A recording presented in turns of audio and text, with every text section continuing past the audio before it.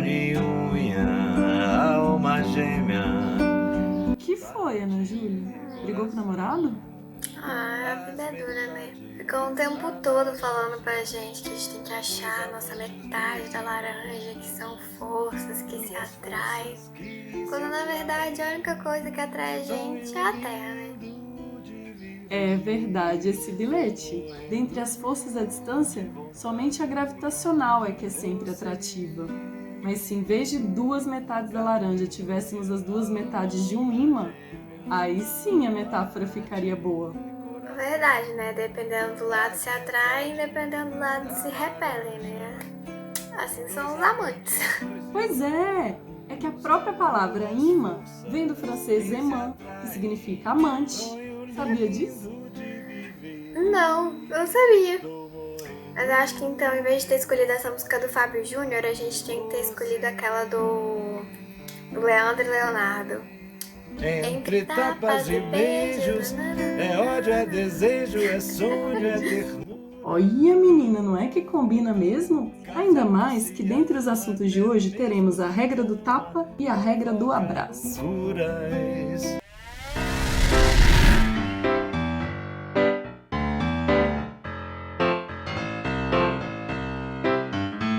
Como já falado anteriormente, a palavra imã vem do francês aimant, indicando que essas rochas, consideradas meio mágicas por sua capacidade de atrair metais, foram apelidadas de amantes dos metais. E já que a primeira rocha que descobriram com essas propriedades foi encontrada na Magnésia, região da Grécia que no grego antigo significa lugar das pedras mágicas, essa rocha recebeu o nome de magnetita. Daí vocês já podem entender por que é que essa matéria chama-se magnetismo e por que é que nela estudamos fenômenos magnéticos como força magnética, campo magnético, etc. Então, bora começar esse conteúdo compreendendo melhor as características dessa rocha chamada magnetita, ou seja, as propriedades dos nossos famosos ímãs? Quem já manuseou pedaços de ímã sabe que esse mineral, além de atrair metais, também possui a propriedade de seus pedaços atraírem-se e repelirem-se entre si, dependendo de seus posicionamentos. Então, às vezes, você aproxima, e nem dá tempo de falar, então, às vezes, você aproxima os dois pedaços de ímã de um jeito que eles se atraem até grudarem, né? Porém, quando você inverte a posição de um dos pedaços, eles não encostam de jeito nenhum. Já repararam? Estão percebendo que eles não encostam? E para quem tá achando que eu só não tô encostando porque eu não quero, eu vou provar essa repulsão, tá bom? Nessa tampinha foi colado um ímã. Então, desse lado aqui, a tampinha é atraída contra a força da gravidade, inclusive, pro ímã, né? Ok? Agora, eu vou inverter esse ímã de sentido. E agora o que vai acontecer? Repeliu, vocês viram? Ele virou. Vocês viram isso? Ou ele vai cair, ou ele vai virar. Olha só, porque na outra extremidade está o polo que atrai. Essa é a propriedade de atração e repulsão dos ímãs, que se explica pelo fato de os ímãs apresentarem polaridades, que chamamos de polo norte e polo sul. E daí, polos iguais. Não dá nem para falar direito. E daí, polos iguais se repelem e polos opostos se atraem. Vocês já sabiam. Desde cargas elétricas. Aqui também vale. Os opostos se atraem. Agora, só de curiosidade, vamos ver uma aplicação muito interessante dessa força de repulsão? Temos aqui 4 ímãs grudados nas tampinhas de refrigerante. E aí, vou colocar todas elas aqui no centro. O que vocês acham que vai acontecer? Eu vou soltar elas juntas aqui no centro. Olha isso! Como vocês já sabiam, já quando a gente estudou força de repulsão eletrostática entre cargas elétricas, quando os corpos se repelem, eles tendem à maior condição de afastamento possível. E qual é a maior condição de afastamento possível aqui? É justamente os vértices desse recipiente, ok? Outra propriedade importante dos ímãs é a inseparabilidade de seus polos, ou seja, o fato de não haver monopolo magnético. Significa que se você partir um ímã em infinitas partes e pegar uma delas, ainda assim, essa parte infinitesimal vai possuir um polo norte e um polo sul. Ou seja, ainda essa parte, por menor que seja, será um dipolo magnético. Não existe monopolo magnético, tá bom? Não entendi, professora. Gente, lembra quando vocês ficavam chocados nas aulas de biologia, quando a ameba perdia a cauda e ressurgia uma nova cauda?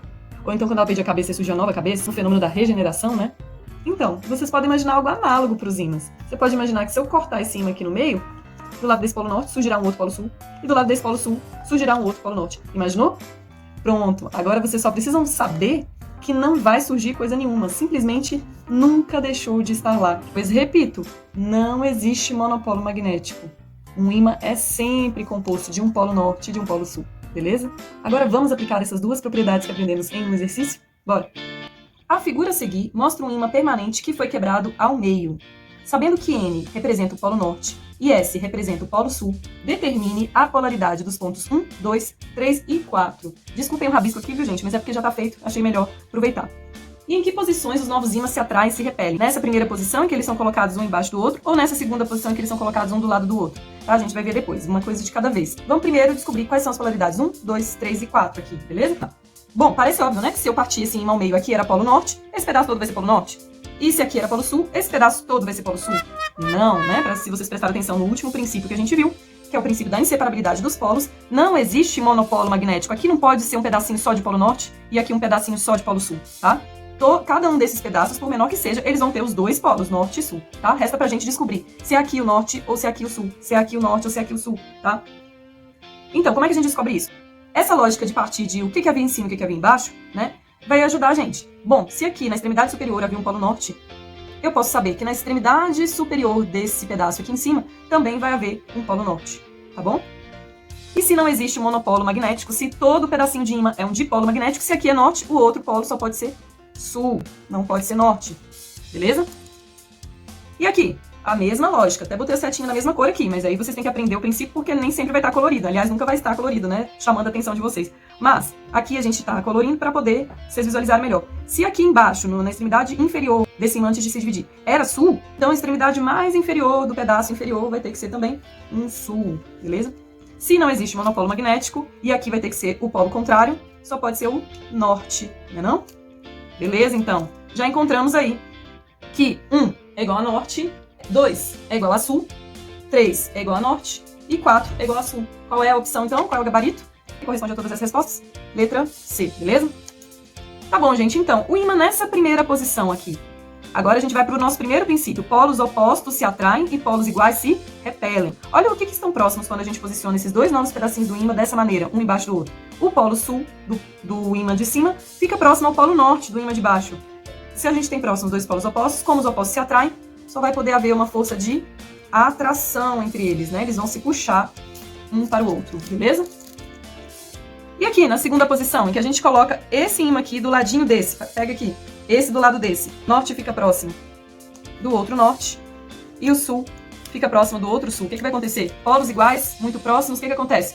Norte vai repelir o outro norte e o sul vai repelir o outro sul. Então a gente vai ver que esses dois pedaços de ímã vão ter forças de repulsão entre eles, tá bom? Por que repulsão? Porque os polos iguais estão muito próximos, tá bom? E aí, polos iguais se repelem, beleza?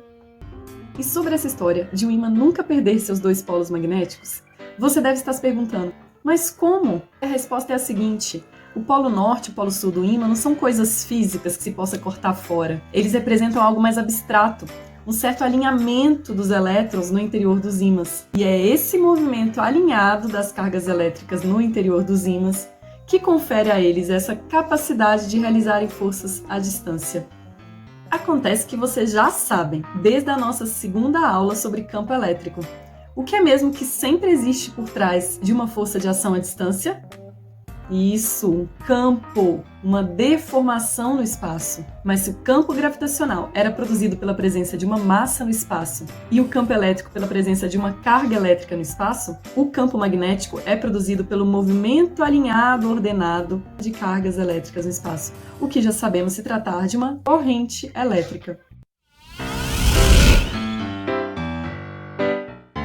Então, campo magnético é uma deformação no espaço criada por cargas em movimento ordenado, ou seja, por ímãs naturais, ímãs artificiais ou então por eletroímãs. Nesta primeira imagem, essa deformação magnética deixa até de ser invisível e a gente consegue enxergar direitinho quando a gente coloca ali, ó, em volta do ímã, limalhas de ferro, que são pozinhos muito fininhos de ferro, E olha como elas adquirem o sentido, elas se alinham às linhas de campo. Por falar nisso, as linhas de campo magnético, anotem aí, sempre nascem no Polo Norte e desembocam e morrem no Polo Sul. Nascem no Polo Norte e morrem no Polo Sul, beleza? Entenderam então, galera, como é que funcionam os ímãs? É por carregarem uma espécie de corrente elétrica dentro deles é que os ímãs conseguem atrair-se e repelir-se entre si, bem como atrair outros metais. Para quem ficou na dúvida, ímãs naturais são, por exemplo, a magnetita, que a gente já falou, e a Terra. A Terra é um grande ímã natural. E ímãs artificiais são aqueles que, após sofrerem um processo de imantação, podem até mesmo adquirir capacidade magnética superior à dos ímãs naturais. E já que tocamos no assunto, vamos ver sobre o campo magnético do grande ímã Terra no nosso primeiro plantão de curiosidades? Bora!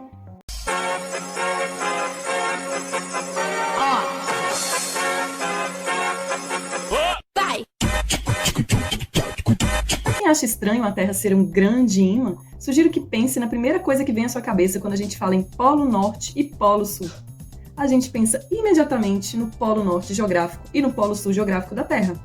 Só que tem um detalhe, o norte magnético de uma bússola, que nos indica o norte geográfico da Terra, só pode estar sendo atraído pelo polo sul magnético da Terra, já que quem se atrai? Os polos opostos, né? Isso significa, galera, que o que a gente conhece como polo norte geográfico é, na verdade, o polo sul magnético da Terra. E o que a gente conhece como sul da Terra é, na verdade, o polo norte magnético da Terra. Mas o norte geográfico e o sul magnético, assim como o sul geográfico com o norte magnético, não coincidem exatamente, viu? Existe uma defasagem entre eles também, de uns 45 graus mais ou menos, como está indicado nessa ilustração aí. Então, atenção ao seguinte exercício. Vamos fazer junto. Exercício 2. A Terra é considerada um ímã gigantesco que tem as seguintes características. Letra A. O polo norte geográfico está exatamente sobre o polo sul magnético? Exatamente não, né, gente? Tem uma defasagem entre eles, então já vou eliminar daí. Nem preciso continuar a ler. Letra B. O polo norte geográfico está exatamente sobre o polo norte magnético? 2 erros aí já, né? O exatamente e também o fato de norte geográfico coincidir com norte magnético. Nada a ver, né? Letra C. O polo norte geográfico está defasado de um ângulo de 45 graus do polo sul magnético? Ok, né, gente? O norte geográfico coincide com o sul magnético com uma defasagenzinha aí de uns 45 graus. Ok? E o polo sul geográfico está defasado de 45 graus do polo norte magnético? Exatamente. Beleza? Que a gente acabou de falar. Então, já vimos que a letra C, vamos ler a letra D, para ver o que está errado.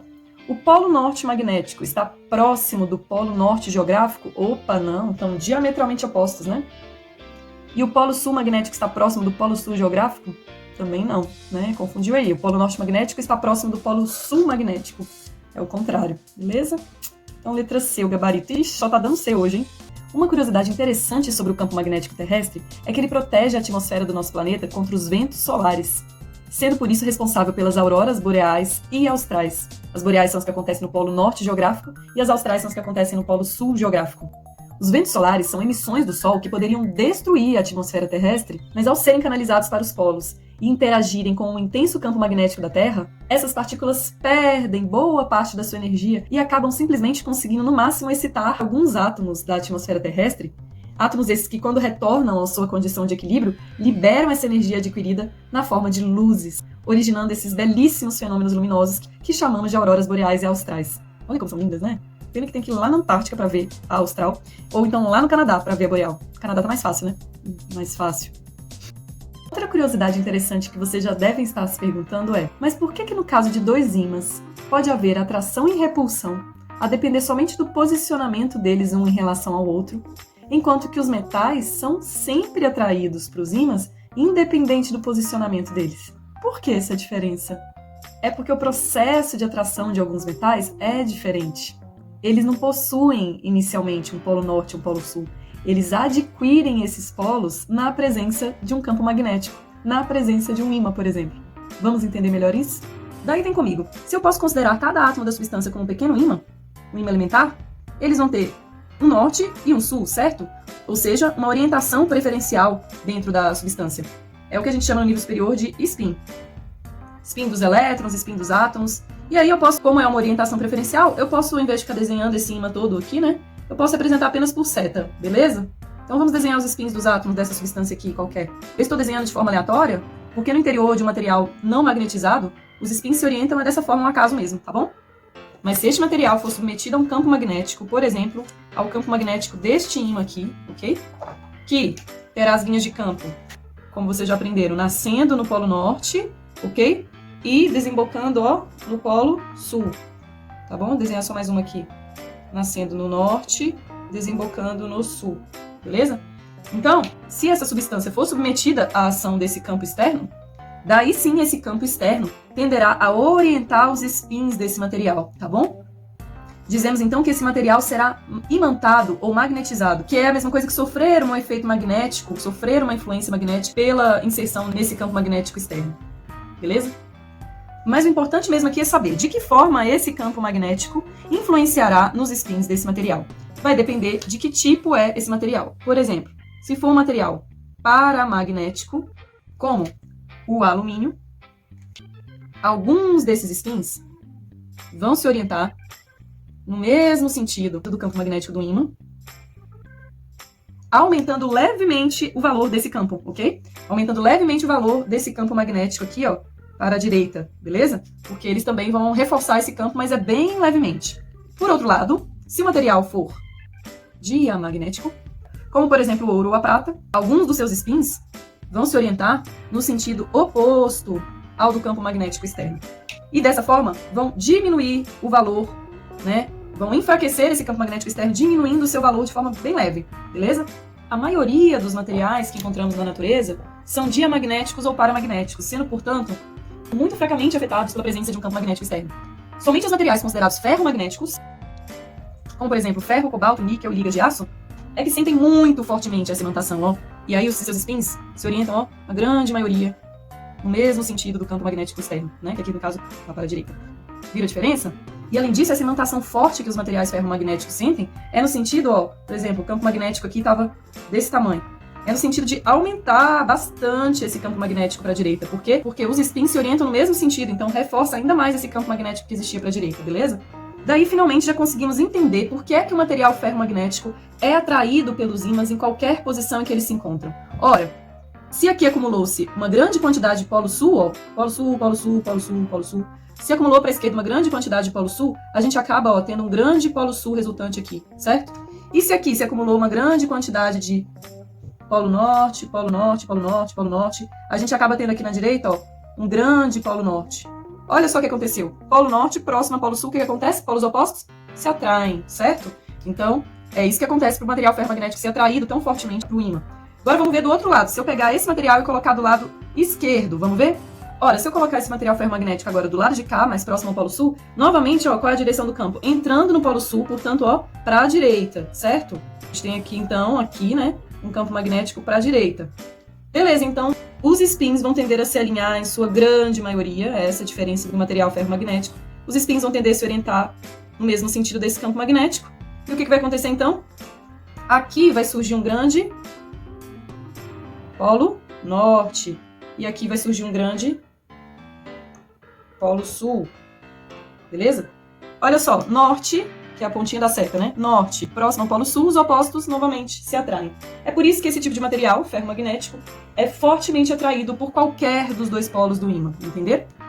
Mais precisamente, então, o ferro, o cobalto, o níquel e algumas ligas de aço são materiais ferromagnéticos que possuem a propriedade, então, de que seus ímãs elementares ali, o spin de seus elétrons, são forçados a se orientarem no mesmo sentido do campo magnético do ímã. Ou seja, quando o Magneto dos X-Men atrai os metais para si como se ele fosse um grande ímã, não é só ele quem está manifestando um superpoder, não. Pois nada aconteceria se esses metais não fossem ferromagnéticos e, portanto, não tivessem esse poder de seus ímãs elementares se alinharem no mesmo rumo do campo magnético externo. Quando imantamos a agulha de uma bússola, por exemplo, o que estamos fazendo é dando um pouco mais de durabilidade a esse alinhamento e orientação dos elétrons devido à presença de um campo externo, ok?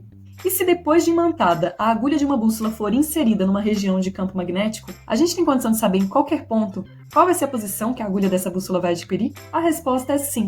Primeiro porque já sabemos que as linhas de campo magnético nascem no polo norte e morrem no polo sul. exatamente como está ilustrado aí. Agora, o que vocês precisam saber é somente que, em qualquer dos pontos que eu colocar essa bússola ao redor desse ímã, dentro dessa região com essas linhas de campo, essa bússola terá o seu polo norte, que é essa partezinha pintada de preto aí, sempre apontada no sentido das linhas de campo naquele ponto. Então, se a linha de campo estiver apontada para cima, é para cima que a bússola vai apontar. Se a linha de campo estiver apontada para a direita, é para a direita que a bússola vai apontar. E assim sucessivamente. Em cada ponto que a bússola for colocada, ela adquirirá a direção e o sentido da linha de campo naquele ponto. Ou seja, seu polo norte terá o mesmo sentido do campo magnético naquele ponto. Por exemplo, tanto no ponto A quanto no ponto B, para onde está apontada a linha do campo? Não é para a direita? Então, ao colocarmos a bússola em qualquer desses pontos A e B, a agulha, que é essa partezinha pintada de preto, sempre vai estar apontada para onde? Para a direita, ok?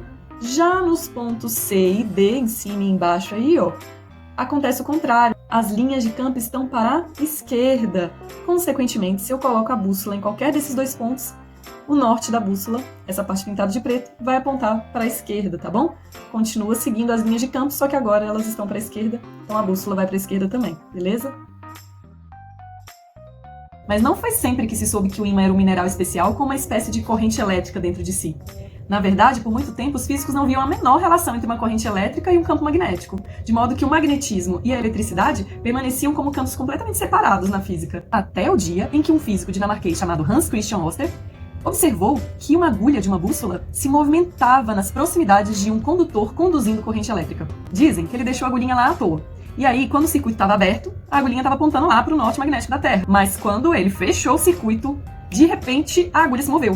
E ele, que ainda naquela época não sabiam da relação entre magnetismo e eletricidade, e ele ficou assim, absurdado, né? Ué, né? Foi uma coisa imprevisível que aconteceu, né? A agulha estava lá, perto do experimento que ele estava fazendo, de elétrica, e de repente a agulha foi afetada pela corrente elétrica que passou no fio.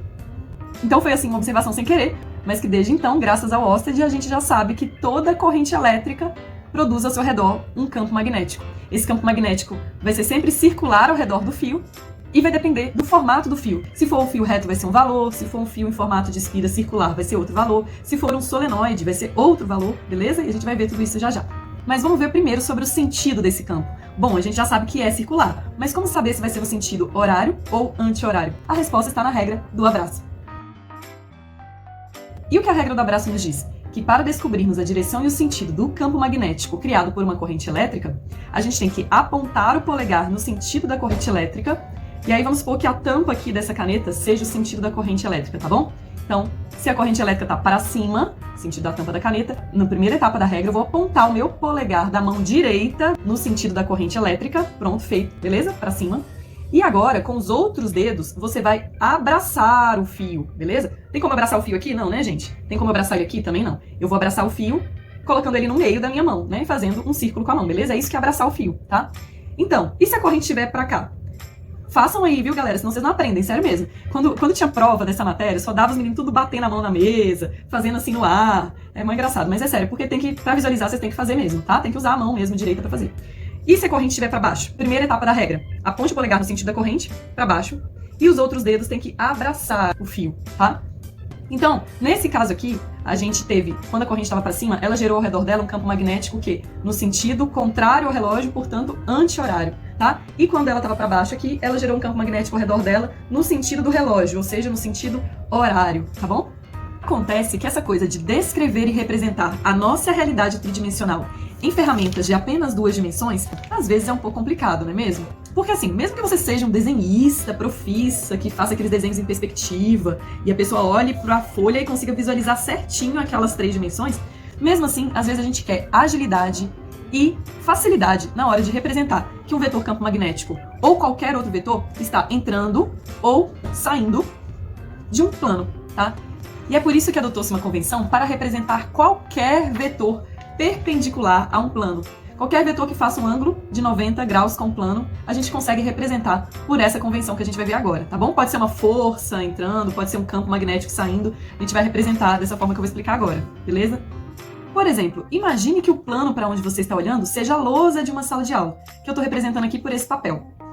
Se você representar o vetor campo magnético ou qualquer outro vetor por uma flecha, que aqui no caso não é uma flecha, tá, gente? Mas vale a imaginação de vocês e a minha, que isso aqui é a ponta da seta que vai furar os lugares. e que isso aqui é a borracha, que isso daqui é o rabo da seta que tem aquelas penugens, tá bom? Eu não tenho flecha em casa, quem não tem flecha, caça com lápis, né?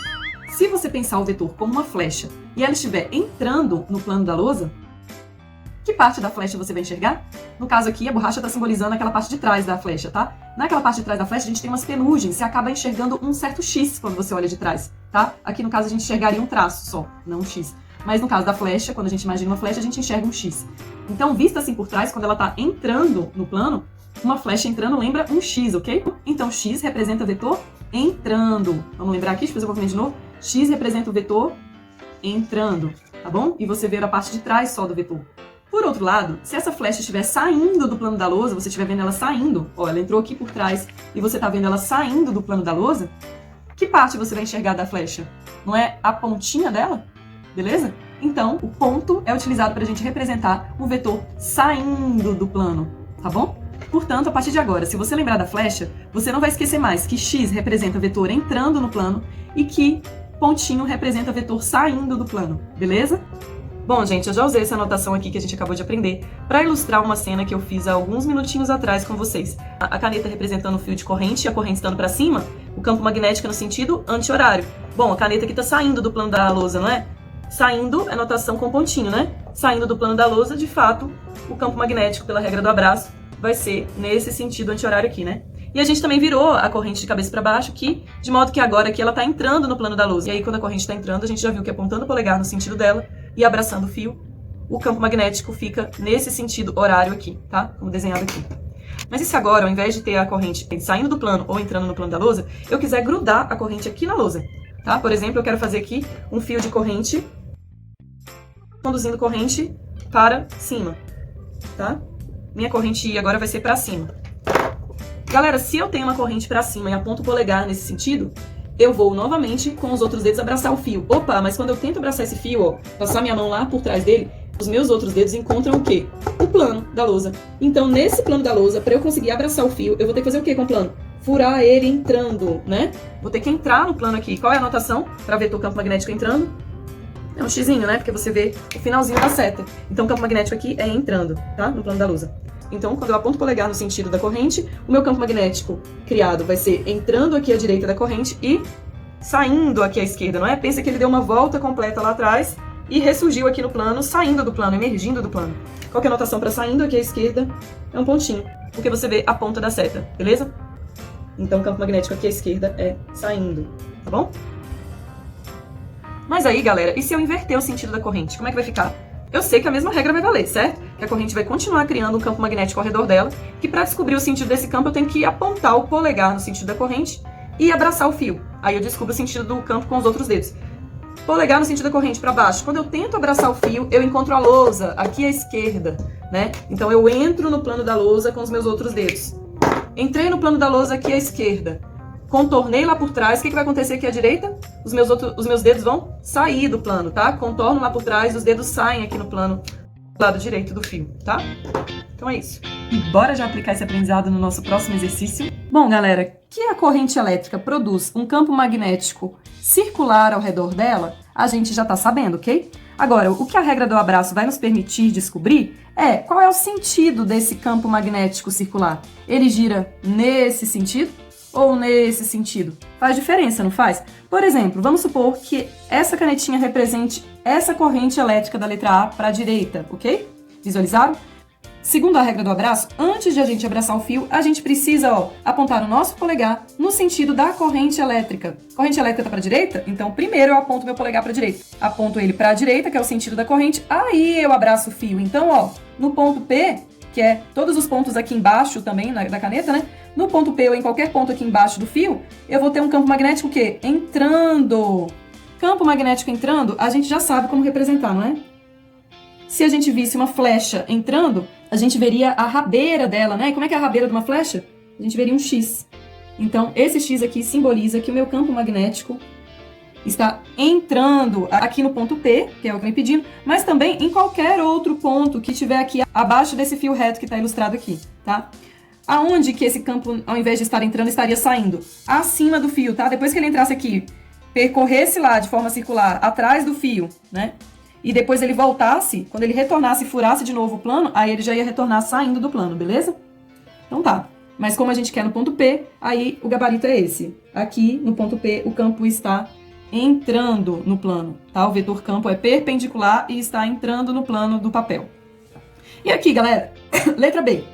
Corrente está nesse sentido, aponta o polegar antes de abraçar. Vamos tentar não só apontar o polegar no sentido da corrente, como fingir que o polegar é a própria corrente, ó. Qual é o caminho que o polegar tem que percorrer, então? A corrente está para cima aqui, percorre, percorre, percorre. Mas aqui, ó, a corrente já tá para baixo, que é o caminho natural dela, né? Quando ela começa para cima aqui, ela termina para baixo aqui, beleza?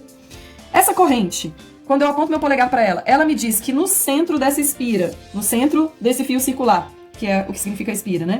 No centro dessa espira, onde está meu ponto P, com o meu polegar agarrado aqui na extremidade da espira, os meus outros dedos vão fazer o quê? Eles vão entrar aqui por fora e sair aqui por dentro da espira, não é? Ó, então, com o polegar aqui, eles entram aqui por fora e saem aqui por dentro.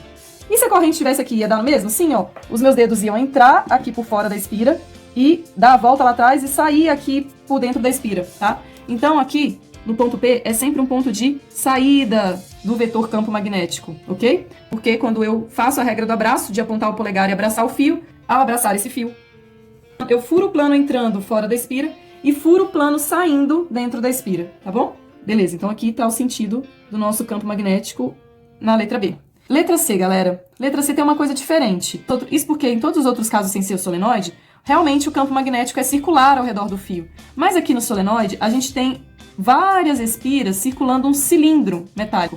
E aí, o campo magnético, quando a gente for procurar o sentido dele com a regra do abraço, a gente vai entender que ele vai estar reto, ou indo da direita para a esquerda, entrando aqui no cilindro, ou indo da esquerda para a direita, entrando pelo cilindro. Então, ele vai ter um caminho reto, na verdade, porque tem um cilindro aqui ao redor do qual está a corrente, tá bom? Então, no solenoide, decorem, é o único caso em que a gente vai ter um campo magnético ao redor do fio, que vai acabar sendo em linha reta, esse campo, tá bom? E aí, como é que a gente vai desenhar ele? A regra do abraço funciona igualmente aqui, tá? Polegar apontado no sentido da corrente, eu vou com os outros dedos fazer o quê? Entrar no solenoide, entrar nesse cilindro da direita para a esquerda. Então, já sei aqui que no meu ponto P, o meu campo magnético está para a esquerda, tá bom?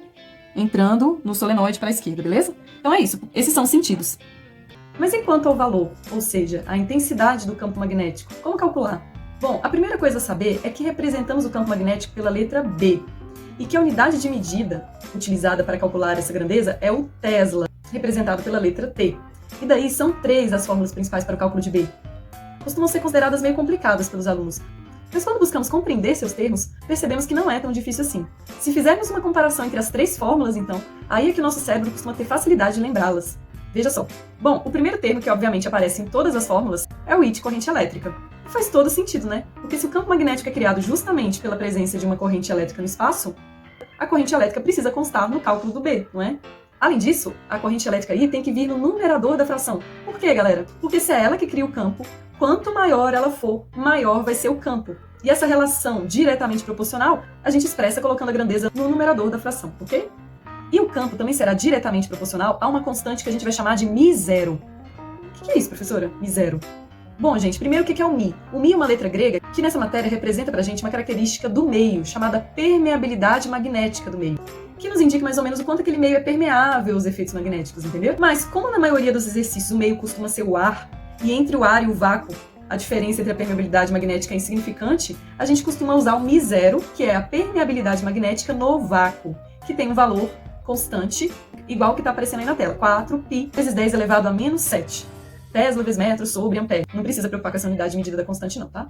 Tá vendo por que eu quis comparar as 3 equações? Porque vocês estão vendo que até agora o cálculo de todas elas está igual, certo? O campo magnético é diretamente proporcional à permeabilidade magnética no vácuo vezes a corrente elétrica que o criou.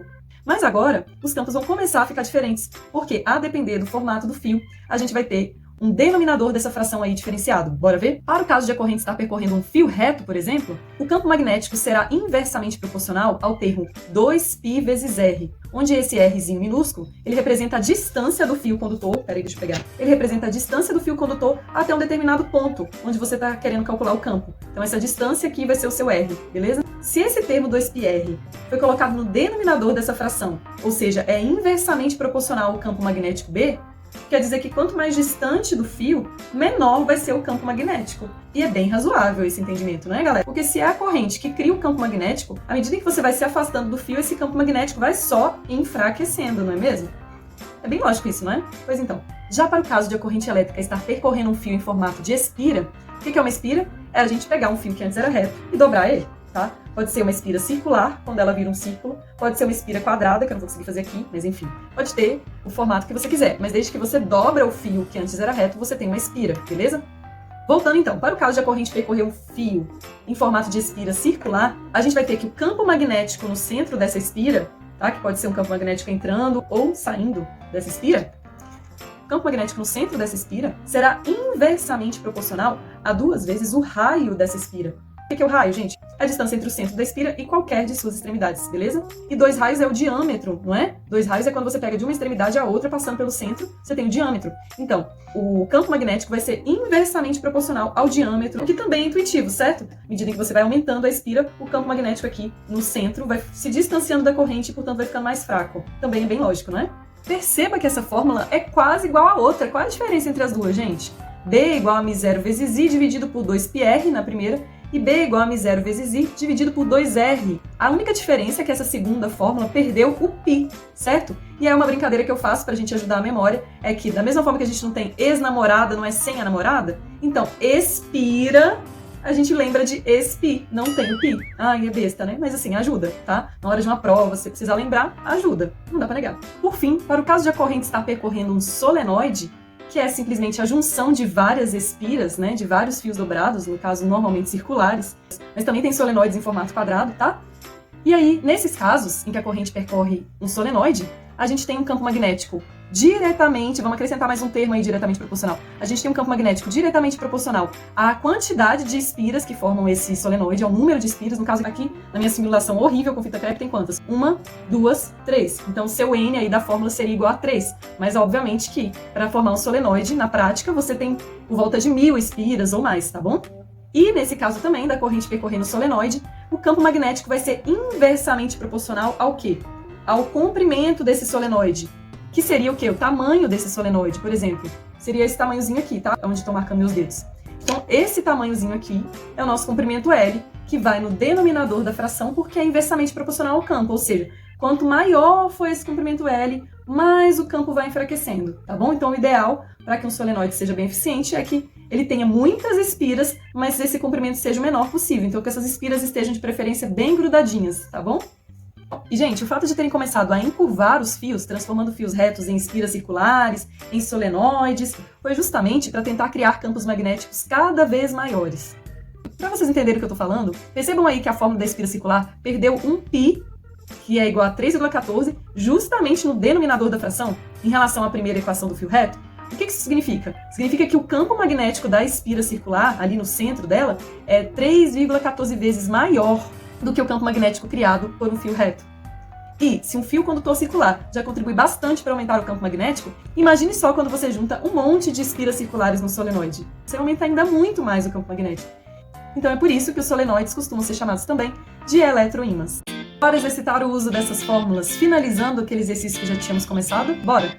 Agora que a gente já aprendeu como calcular o campo magnético para essas 3 situações distintas, vamos completar o que a gente já vinha fazendo, né? A gente já achou que no ponto P, aqui na letra A, o campo magnético está entrando. Mas qual é a intensidade dele?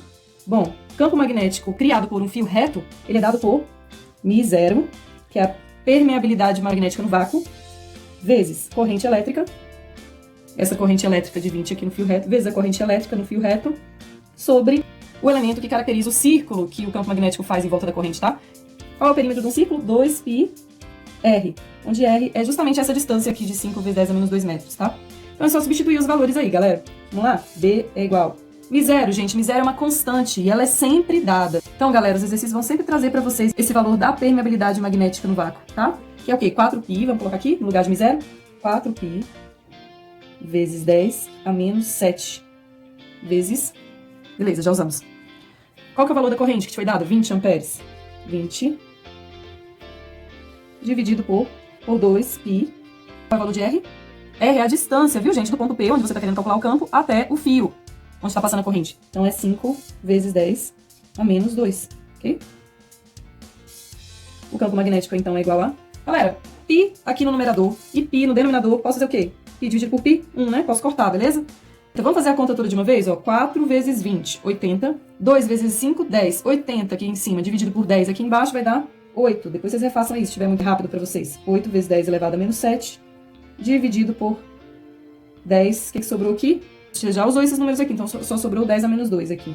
Campo magnético é igual, então, a... Vamos fazer essa operação com potência de 10, galera. 10 elevado a menos 7 dividido por 10 elevado a menos 2, a gente mantém a base 10 e faz o quê? Divisão de potência de 10, a gente faz o quê com os expoentes? Subtrai, né? Fica menos 7 menos menos 2. Então, menos menos 2 dá mais 2, menos 7 mais 2, menos 5. Ok? Qual é a unidade de medida de campo magnético? É o Tesla. Certinho.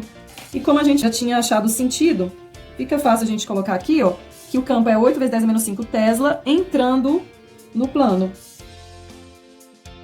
Por que entrando? Porque a gente já tinha visto aqui pela regra do abraço que o campo magnético está entrando aqui no ponto P, beleza?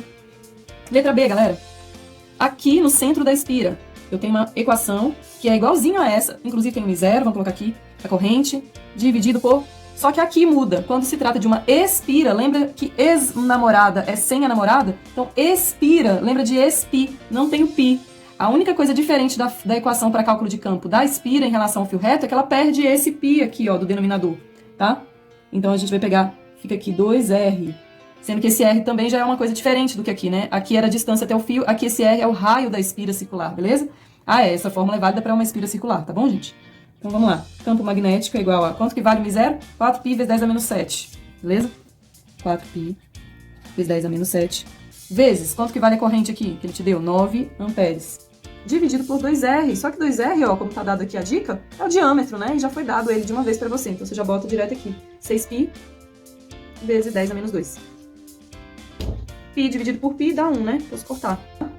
Vamos fazer direto de novo? 4 vezes 9, 36. 36 dividido por 6, 6 vezes 10 elevado a... Para descobrir divisão de potência de 10. Conserva a base 10 e subtrai os expoentes. Menos 7 menos menos 2 é menos 7 mais 2. Menos 5. Tesla. Beleza? E qual o sentido? Para ficar bem completa a nossa resposta. A gente já viu aqui, né, que no ponto P, ou seja, no centro da espira, essa corrente de 9 amperes cria um campo magnético saindo do plano da folha, tá? Entrando aqui por fora, mas aqui no ponto P, onde a gente quer calcular, esse campo magnético está saindo. Vide esse pontinho aí, que é o nosso símbolo de saindo do plano, tá? Então, o campo magnético está saindo do plano da folha de papel. Por fim, vamos calcular para o solenoide, que teoricamente, inclusive, é o mais fácil, né, galera? O solenoide, a formulinha dele é mais tranquila. Para o solenoide também conserva o quê? μ0 vezes I, tem isso em todos, tá?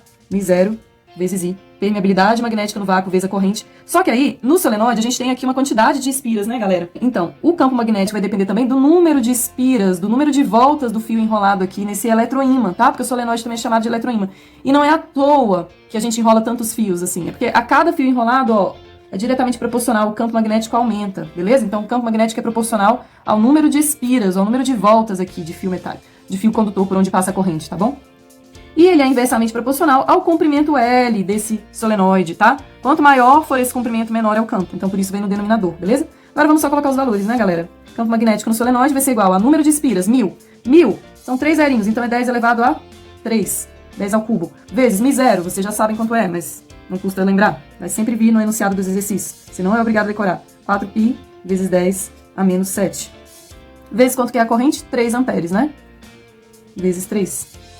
Dividido por, quanto que é o L? 40π vezes 10 a menos 2. Por que esse menos 2 está aparecendo aqui, apareceu aqui, apareceu aqui? Porque 10 a menos 2 metros é a mesma coisa que 1 centímetro. Então aqui, na verdade, era 5 centímetros essa distância. E eu coloquei já na unidade certa para você, tá bom?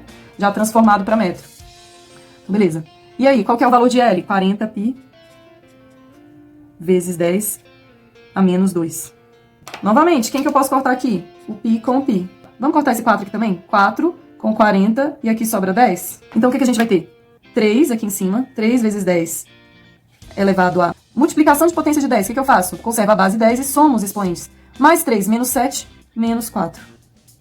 Dividido por 10, gente. 10 sozinho é a mesma coisa que 10 elevado a 1. Novamente multiplicando 10 elevado a 1 vezes 10 elevado a menos 2. Novamente uma multiplicação de potências. Conserva o 10, faço o quê? Com os expoentes, que aqui no caso é 1, menos 2, menos 1.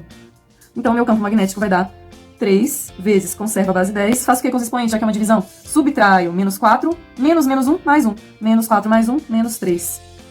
Tesla. E como a gente já tinha visto o sentido ali, quando a gente aponta o polegar no sentido da corrente, a gente vê que o campo magnético está entrando no cilindro para a esquerda, tá?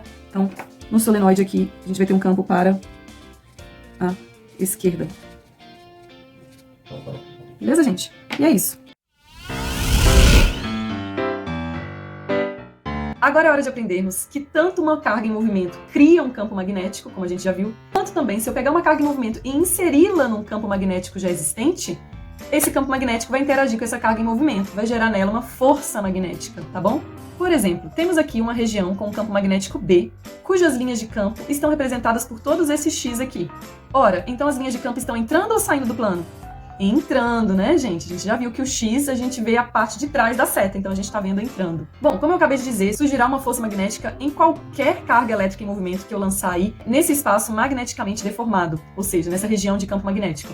Inclusive, surgirá uma força magnética também sobre um fio de corrente elétrica que eu colocar ali. Porque uma corrente elétrica não são várias cargas em movimento? Então também surgirá uma força magnética num fio de corrente elétrica que eu colocar ali dentro desse campo magnético, beleza? Mas como saber a direção e o sentido das forças magnéticas que surgem na carga e no fio? A resposta está na regra do tapa. Só que uma dica, galera, diferente da regra do abraço, em que a gente fazia assim com a mão, agora a mão vai ficar reta, porque a gente só dá tapa com a mão estendida, beleza? Então, regra do tapa, mão estendida, e a gente vai fazer o seguinte. Regra do tapa com a mão direita. Aponte o polegar no sentido da velocidade da carga. Vamos focar nessa carga positiva aqui. Aponta o polegar no sentido da velocidade dela.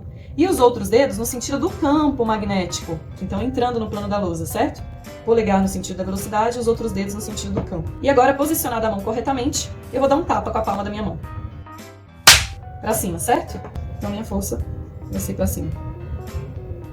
E para essa carga aqui? Percebam que ela está inserida no mesmo campo entrando e também está com velocidade para a direita. Então, eu posiciono a mão da mesma maneira. Mas como se trata de uma carga negativa, eu vou dar o tapa com as costas da mão, tá? Então, eu vou dar o tapa para cá. Consequentemente, a força vai estar para baixo. E no fio conduzindo corrente? Polegar no sentido da corrente elétrica, os outros dedos no sentido do campo. Então, posicionada a mão corretamente, eu vou dar um tapa com a palma da mão. A força vai estar para a esquerda. Beleza? Veja que, independente de seu sentido, a força magnética é sempre perpendicular à velocidade da carga e ao vetor campo magnético, ou então ao sentido da corrente elétrica e ao campo magnético. Então a força está sempre fazendo um ângulo de 90 graus com esses vetores, beleza? Vamos esquecer a intensidade por enquanto e descobrir qual é o sentido da força que atua nessa carga negativa aqui na letra A. Essa carga negativa está com uma velocidade para a esquerda, num campo magnético, que olha só qual a direção e o sentido dele, perpendicular ao plano, apontado aí, ó, para você que tá vendo a ponta dele. Por isso essa representação aqui de pontinhos, porque o vetor campo é perpendicular ao plano e está saindo do plano, tá bom? E o que diz a regra do tapa? E aí, gente, não tem como vocês aprenderem essas regras se vocês não tentarem fazer, tá? Estendam aí a sua mão direita, tá? Deixa ela bem abertinha agora, porque a gente vai dar um tapa no ar. Então, vamos lá fazer o que a regra do tapa nos orienta. Polegar, para onde eu vou apontar ele? No sentido da velocidade da carga, então vai ser para esquerda, nesse caso aqui. E os outros dedos? Os demais dedos, segundo a regra do tapa, eu aponto no sentido do campo magnético, que no caso está saindo do plano da lousa, então vou apontar ele para cá. Velocidade para a esquerda, os demais dedos no sentido do campo que está saindo. Posicionei minha mão corretamente, agora eu vou dar um tapa com a palma da mão ou com as costas da mão. A carga é positiva ou negativa? Negativa. Eu daria um tapa com a palma da mão se a carga fosse positiva, mas como ela é negativa, eu vou dar um tapa no ar com o dorso da mão, com as costas, assim, ó. Esse vai ser meu tapa. A força, então, tá vindo para baixo aqui, né? Nessa direção. Entenderam? O sentido do meu tapa no ar é o sentido da força magnética. Bom, mas um fio de corrente, como são cargas em movimento, também vai sentir uma força sobre ele. E para que sentido vai ser essa força? Vamos usar de novo a regra do tapa? Só que agora, polegar vai ser no sentido da corrente, tá? Então, posicionei polegar no sentido da corrente para baixo, outros dedos no sentido do campo, vou dar o tapa no ar com a palma da mão. Paf! Então, a minha força magnética vai estar nesse sentido. Qual é esse sentido, gente? Primeiro, é um sentido perpendicular ao plano e saindo do plano, ok? Então, vamos desenhar aqui. Eu vou ter que usar uma daquelas representações. Vai ser o xizinho ou a bolinha? Se tá saindo do plano, você tá enxergando o quê? A bolinha, né? Então, aqui vai ser a minha força sobre esse fio de corrente. Minha força magnética vai ser saindo do plano, ok? Saindo do plano da folha de papel. Agora que já sabemos como determinar o sentido, falta aprendermos a calcular o valor, a intensidade da força magnética. Em uma carga em movimento, a força magnética que a gente representa por FB é simplesmente a multiplicação dos fatores carga da partícula inserida no campo magnético, vezes a velocidade dessa partícula, vezes o campo magnético no qual ela foi inserida. E vezes o seno do ângulo entre o campo magnético e a velocidade dessa carga. Que eu sugiro que vocês usem o seguinte mnemônico para decorá-la. Quem vê bem sem óculos? Ajuda? Gente, só que não se preocupem, não se assustem com esse seno aí, tá bom? Porque ele, na maioria das vezes, é utilizado somente para a gente entender que a força magnética vai ser máxima quando a velocidade V e o campo magnético B formarem um ângulo de 90 graus entre si. Porque aí a gente tem que seno de 90 é igual a 1, e aí a força magnética é dada por QVB, que é o valor máximo para ela, tá bom? Agora, também às vezes aparece uma análise de seno pra gente, quando eles perguntam, e aí, se eu lançar a carga no mesmo sentido do campo magnético, ou então em sentido contrário, ou seja, com um ângulo de 0 graus, ou então de 180 graus. Eu vou ter, nesse caso, força magnética? Negativo, porque seno de 0 graus ou seno de 180 graus são ambos igual a 0, e aí vai zerar a fórmula da força magnética toda. Ou seja, nunca há força magnética quando a carga é lançada na mesma direção do campo magnético, tá bom? Ela tem que ser lançada pelo menos com um pouquinho de inclinação em relação ao campo, tá? É só esse caso de seno igual a 0 que costuma demandar uma análise do seno, mas normalmente ele é igual a 1. Ou então, se for seno de 60, por exemplo, ele vai te dar o valor do seno no exercício. E aí é só multiplicar pelo valor do seno que o exercício der, tá bom? Já a força em um fio condutor de corrente é dada pela multiplicação desses fatores aí, ó. O campo magnético em que essa corrente está inserida, o valor da corrente, claro, o comprimento do fio condutor dessa corrente, certo? E o seno do ângulo entre o campo magnético e esse fio percorrido por corrente, tá certo? E, novamente, vocês não precisam preocupar com esse seno, porque na maioria esmagadora dos exercícios, a corrente vai ser perpendicular ao campo magnético, e você vai poder usar seno de 90 graus é igual a 1, e aí você vai poder usar só a fórmula BIL, né? Só força magnética é igual a B vezes I vezes o L, né? Que é o comprimento do fio. A mesma coisa para a fórmula anterior, né? De carga em movimento no campo, que você pode usar simplesmente força magnética igual a QVB, desde que você garanta que os vetores velocidade da carga e campo magnético formem um ângulo de 90, que na maioria dos exercícios é o que acontece. Sobre o que significa cada um dos termos dessa fórmula, vamos aprendê-los aproveitando para comentar as situações em que a força magnética seria zero? Bom, como o cálculo da força magnética é dado por uma multiplicação, não é uma soma, não é uma subtração, é uma multiplicação de fatores, concordam comigo que se eu zerar qualquer dos fatores, eu zero a equação toda, ou seja, eu zero a própria força magnética?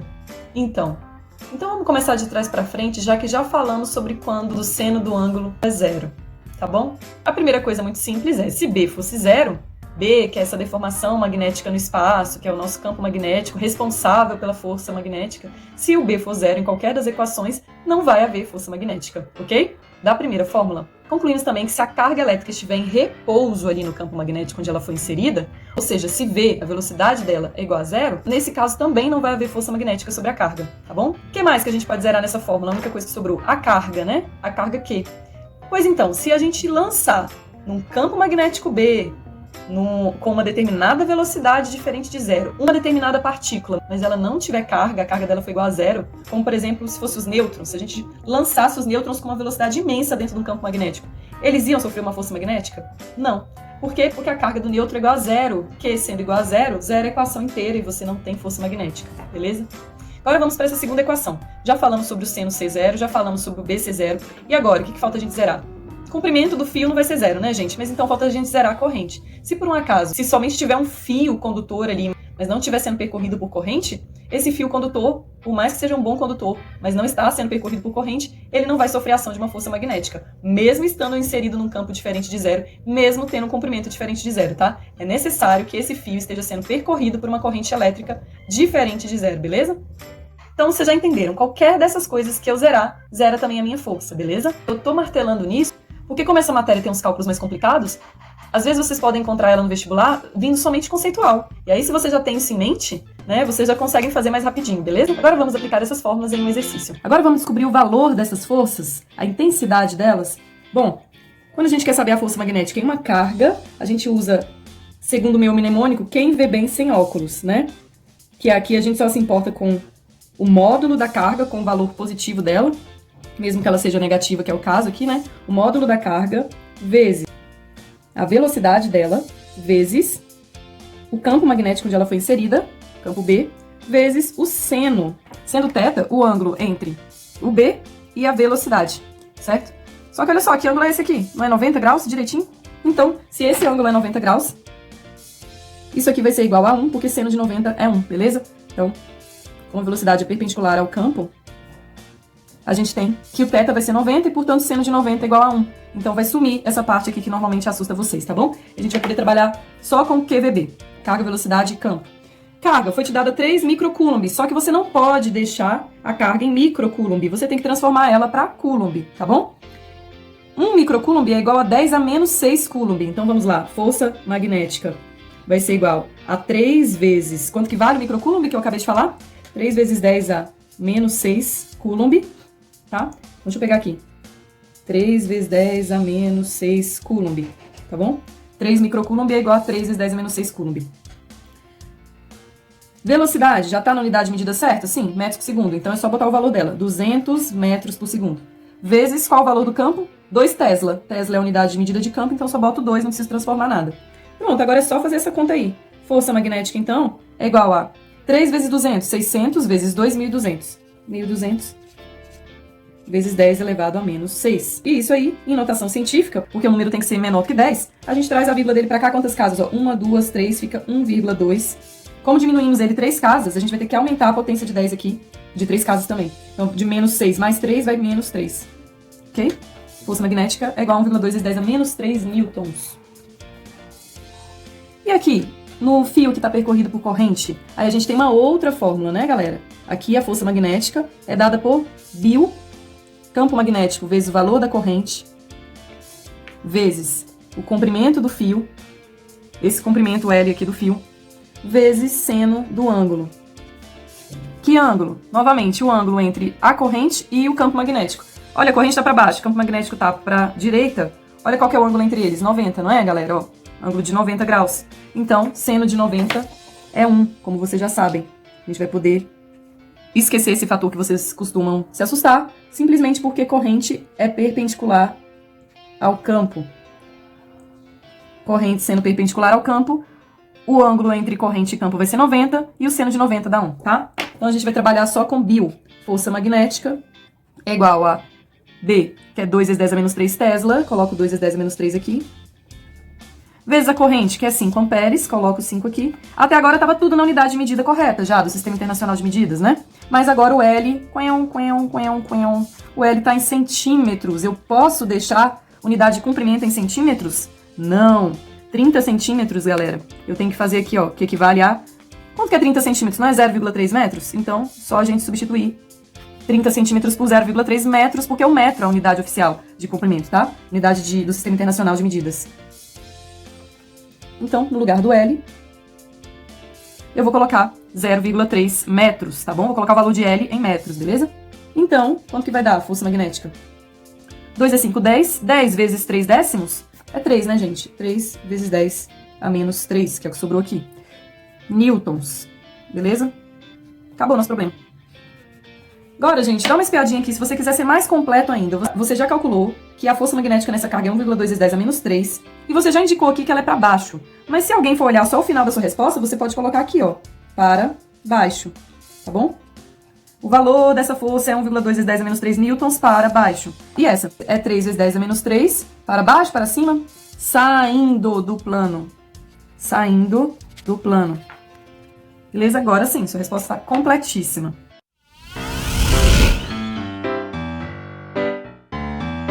Agora pense na consequência de uma força magnética sempre perpendicular ao movimento de uma carga elétrica inserida em um campo também perpendicular. Sabe o que vai acontecer aqui? Essa carga elétrica, ó, ela vai descrever um movimento circular. E essa força, que está sempre puxando ela perpendicularmente, vai estar sempre apontada para o centro de uma circunferência, em torno do qual essa carga vai girar. tá? Vamos entender melhor isso no desenho? Pra gente entender melhor, já que essa matéria é muito visual, imagine aqui uma região de campo magnético, que é essa representação em azul, né? Campo magnético, que está entrando, certo? No plano da lousa. Então, o campo magnético está entrando aqui nesse plano. Imagine também uma partícula de carga positiva lançada em algum desses pontos do campo magnético. Por exemplo, vamos pegar esse ponto aqui, que a partícula é lançada com uma velocidade para a direita. Bom, pela regra do tapa, a gente consegue achar qual é a força magnética que vai atuar nessa partícula. Vamos lá? Vou polegar no sentido da velocidade da partícula, os outros dedos entrando no plano, tendo posicionado a minha mão assim, né? Eu dou um tapa com a palma da mão, já que a carga é positiva. E a minha força fica nesse sentido para cima, beleza? Então aqui eu vou ter uma força para cima, perpendicular a essa velocidade. E aí, galera, volto a dizer. Isso que eu vou desenhar aqui em cima da força, ó, essa setinha é sempre para a direita, mas não quer dizer o sentido da força, tá? A gente já viu que o sentido da força aqui é para cima. Essa setinha simplesmente significa que a força é uma grandeza vetorial. Toda grandeza vetorial, força, velocidade, a gente coloca uma setinha por cima dela, tá bom? Para representar aqui, a gente precisa expressar o sentido dessas grandezas. Então vamos lá. Agora o que acontece aqui, gente? Pensa aqui comigo, foca nessa carga. Se a carga estava indo para leste, né? Mas tem algo puxando ela para o norte, ela não vai nem para leste e nem só para o norte, ela vai para nordeste. Então a gente pode pensar aqui, ó, que mais para frente a carga vai estar com uma velocidade mais inclinadinha assim, porque ela estava indo para cá, mas algo puxou ela para cá, né? Só que agora, gente, ó, com essa nova velocidade aqui, a gente pode novamente fazer a regra do tapa, né? Polegar no sentido da velocidade, os demais dedos no sentido do campo magnético. Quando eu dou o tapa tá nessa direção aqui, novamente perpendicular a essa velocidade, tá? Perpendicular. Só que aí, se essa carga estava vindo para cá, e aí algo puxou ela para cá, novamente ela vai inclinar essa velocidade dela, certo? E olha, no fundo ela vai fazendo exatamente essa inclinação o tempo todo. Aqui ela inclina de novo, aqui ela inclina de novo, aqui ela inclina de novo e aqui ela inclina de novo. Porque tem sempre uma força perpendicular à carga devido à presença desse campo magnético, tá? Tem sempre uma força puxando ela para algum lugar. E olha para que lugar interessante que é. Essa força que está sempre perpendicular à velocidade da carga, ou seja, fazendo um ângulo de 90 graus com a velocidade da carga, certo? Essa força está sempre apontada para o centro, para o mesmo centro. Então a gente pode pensar que essa força é uma força centrípeta, beleza? Que força centrípeta é justamente uma força que vai mudando a direção da velocidade, puxando uma partícula sempre para o centro de uma trajetória circular, exatamente como está fazendo aqui. Que a partícula está sempre tendo a direção de sua velocidade modificada e no fim das contas acaba descrevendo o quê? Uma circunferência.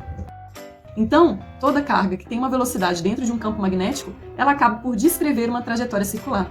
E essa força magnética acaba por fazer o papel do que a gente chama na física de força centrípeta. Força centrípeta na física é uma força resultante. Se a resultante de forças puxa sempre para um centro, ela é chamada uma força centrípeta, tá bom? E ela tem uma fórmula própria. E para a gente calcular o raio dessa trajetória, que aparece em muitos exercícios, para que o raio, professora? O raio nos dá todas as informações que a gente precisa dessa trajetória, não é? Qual é o perímetro dela, que é 2πr, qual é a área dessa trajetória, πr ao quadrado. Então o raio aqui é importante a gente saber qual é o raio da trajetória dessa carga, tá bom? A gente pode pegar a fórmula de força magnética, que é QVB, e igualar, porque agora a força magnética está fazendo as vezes de força centrípeta. Então a gente iguala o QVB da força magnética à fórmula da força centrípeta, que é mv ao quadrado sobre r. Vamos ver? E para descobrir o valor do raio dessa trajetória, que a partícula carregada descreve quando é lançada com uma velocidade perpendicular ao campo magnético, a gente vai igualar essa força magnética com a força centrípeta que ela representa. Ela não está cumprindo aqui o papel de força centrípeta, puxando sempre essa carga para o centro da trajetória? Então a força magnética, nesse caso, ela corresponde, ela é igual à força centrípeta. Mas força magnética é dada por Q, V vezes B. Vezes seno do ângulo entre V e B, mas como o ângulo entre V e B é 90 graus, o seno vai dar 1. Então eu vou escrever só assim, tá? QVB. Força magnética é igual a QVB. E força centrípeta? Qual é a fórmula para força centrípeta? Gente, qualquer força na física é dada pela equação massa vezes aceleração. Assim é a força peso, por exemplo, que é mg, massa vezes gravidade, né? Qualquer força na física é massa vezes aceleração. Porém, a força centrípeta é a massa vezes uma aceleração centrípeta, que é uma aceleração responsável por mudar não o valor, mas somente a direção da velocidade da partícula, tá? Todas as outras acelerações são para mudar o valor da velocidade. Essa aceleração centrípeta, ela muda só a direção da velocidade, tá bom? Só que a aceleração centrípeta, como a gente vê no primeiro ano do ensino médio na matéria movimento circular, ela tem um valor igual a v ao quadrado sobre r, certo? Então, se a força centrípeta é igual a massa vezes a aceleração centrípeta, força centrípeta é igual a massa vezes, quanto que vale a aceleração centrípeta? Vezes v ao quadrado sobre r, tá bom? Então agora eu vou apagar aqui, pra gente continuar a nossa dedução aí de qual vai ser esse raio r aqui, beleza? Bom, e para a gente isolar esse r, a gente vai ter que multiplicar cruzado aqui. Mas antes da gente fazer isso, vamos simplificar essa equação já? Olha só, como é que a gente simplifica? Localiza os termos que tem em comum de um lado e do outro da igualdade. Q, V, B, N, V. Opa, o V, não é? Velocidade do lado esquerdo da igualdade e velocidade do lado direito da igualdade ao quadrado. Bom, velocidade ao quadrado não é V vezes V? Então eu posso cortar um V aqui do lado esquerdo com um ao quadrado aqui do lado direito e deixar um V apenas desse lado, beleza? Bom, agora que eu simplifiquei, eu posso finalmente multiplicar cruzado. Vamos lá? Q vezes B vezes R, QBR, é igual a NV. Porque sobrou um V aqui, que eu cortei só um dos Vs que estava multiplicando. E aí, como eu quero isolar esse R, eu isolo ele, e o QB não estava multiplicando ele, passa para o outro lado o quê? Com a operação inversa, dividindo o MV. Né? Para isolar o R, eu pego todo o fator que estava multiplicando o R e passo para o outro lado, dividindo o MV, tá bom? Então, a gente chegou aí na equação que nos permite calcular o raio da trajetória da partícula carregada quando ela é inserida num campo magnético B com uma velocidade perpendicular a esse B, como é o caso aqui, né? Que entrando de velocidade para cá, formam exatamente um ângulo de 90, beleza? Agora, gente, vamos aproveitar para analisar uma coisa aqui, que é muito importante pra gente. O que está no numerador dessa fração, que é a massa e a velocidade, o que eu fizer com eles, por exemplo, se eu aumentar a velocidade e mantiver o resto tudo constante, eu vou aumentar o raio da trajetória. Agora, se eu mantiver o resto tudo constante e aumentar a massa, eu também aumento o raio da trajetória. Porque tudo o que acontece com o numerador dessa fração acontece a mesma coisa, o mesmo aumento ou a mesma diminuição com o raio da trajetória. Porque são grandezas diretamente proporcionais, beleza? Agora, se eu quiser aumentar o raio da trajetória, mexendo em algum desses fatores que está no denominador dessa fração, aí vai ser o contrário, né? O que está no denominador é inversamente proporcional ao raio. E aí, para a gente aumentar o raio, eu teria que diminuir algum desses fatores aqui. Ou diminuir o campo magnético, onde eu insiro a partícula, ou diminuir a carga dessa partícula. Por que ou, gente? Porque quando eu faço essa análise de uma coisa diminuir e a outra aumenta, eu tenho que manter o resto tudo constante, como eu já falei em aulas anteriores aí pra vocês, beleza? E pra finalizar, vocês já perceberam que eu sempre dou dica de um mnemônico, né? Pra vocês lembrarem com mais facilidade as fórmulas. Então o mnemônico da vez é você pedir um quibe num restaurante árabe, beleza? Me vê um quibe? Me vê um quibe. Certo? Exercício 5. Assinale somente a alternativa que ocasionaria um aumento do raio R da trajetória de uma partícula carregada que se move no interior de um campo magnético B. Observe, galera, que a fórmula para cálculo do R, me vê um quibe, te dá todas as informações que você precisa para resolver essa questão com tranquilidade. Você só precisa acompanhar o seguinte raciocínio, que eu já estou batendo bastante na tecla com vocês, sobre grandezas diretamente proporcionais e grandezas inversamente proporcionais. Vocês ganham o mundo dos exercícios de física aprendendo sobre isso, tá? Então, como a massa e a velocidade da partícula estão vindo aí na fórmula no numerador da fração, ó, aí em cima do traço, a gente tem que essas são grandezas diretamente proporcionais ao raio da trajetória da partícula. Ou seja, quanto maior for a massa da partícula, quanto maior for a velocidade da partícula, maior vai ser o raio que essa partícula vai descrever quando ela estiver numa região de campo magnético, beleza? O que acontecer com a massa e com a velocidade vai acontecer o mesmo com o raio, tá bom? E qual a interferência do campo magnético e da carga elétrica? Bom, como essas grandezas Q e B estão no denominador da fração, aí já é o contrário. Aí já são grandezas inversamente proporcionais ao raio R, e, portanto, o que acontecer com elas acontece o contrário com o raio R. Por exemplo, se ou a carga Q ou o campo magnético B aumentarem, o raio, ó, diminui. Então, são inversamente proporcionais, beleza? Então, a partir dessa análise, qual que é a conclusão que a gente tem para a questão? Que para aumentarmos o R, nós temos somente as seguintes opções. Ou a gente aumenta as grandezas diretamente proporcionais ao R, que é a massa ou a velocidade da partícula, ou a gente diminui as grandezas inversamente proporcionais ao R, que são a carga da partícula ou o campo magnético no qual ela foi inserida, beleza? A página 133 do livro didático de vocês ensina a fazer um motor caseiro. E não é à toa, é que agora já temos condições de compreender como é que os motores elétricos funcionam. Nessa figura aí, uma espira quadrada, né, porque o fio está dobrado de forma quadrada, uma espira quadrada percorrida por corrente elétrica é inserida aí numa região de campo magnético. Por que a gente sabe que é uma região de campo magnético? Porque tem um polo norte e um polo sul de um ímã próximos. Então está saindo linhas de campo magnético do polo norte e chegando no polo sul, beleza? Que são essas linhas verdes aí, tá bom? Embora não tenha sido indicado o sentido da corrente nessa espira, a gente tem condição de saber. Por quê? Porque olha aí o que você tem. Ao redor dessa espira, o desenho te deu o sentido das linhas de campo magnético criado por essa espira de corrente, não é? Vocês já não sabem que toda corrente elétrica cria um campo magnético circular ao redor dela? Pois é, além então desse campo magnético para a esquerda aí dos ímãs, e que é o campo magnético externo onde essa espira de corrente foi inserida, a gente também tem o campo magnético que essa espira de corrente está gerando. Olha só, a gente tem dois campos magnéticos aí, o externo e o que essa espira de corrente gera. E pela regra do abraço, a gente normalmente usa a regra do abraço para, a partir de uma corrente elétrica, a gente saber o sentido do campo magnético circular ao redor que ela cria. Só que a gente também pode fazer o contrário. Se a gente tem qual é o campo magnético criado pela corrente, se a gente tem que o campo magnético dessa corrente é para cá, a gente tem condição de saber, ó, pelo meu polegar, que a corrente está para lá. Então a gente vai fazer esse processo. Olha aí, na parte esquerda, na parte mais à esquerda dessa espira quadrada, a gente não tem um campo magnético no sentido horário, no mesmo sentido do relógio? Tem, não tem? Então, galera, se a gente tem um campo magnético no sentido horário, olha o sentido que vai estar a corrente elétrica, tá? É só seguir com seus outros dedos o sentido do campo e o sentido do seu polegar vai te dar o sentido da corrente. Testem aí, vejam se coincide com a seta amarelinha que surgiu aí na tela.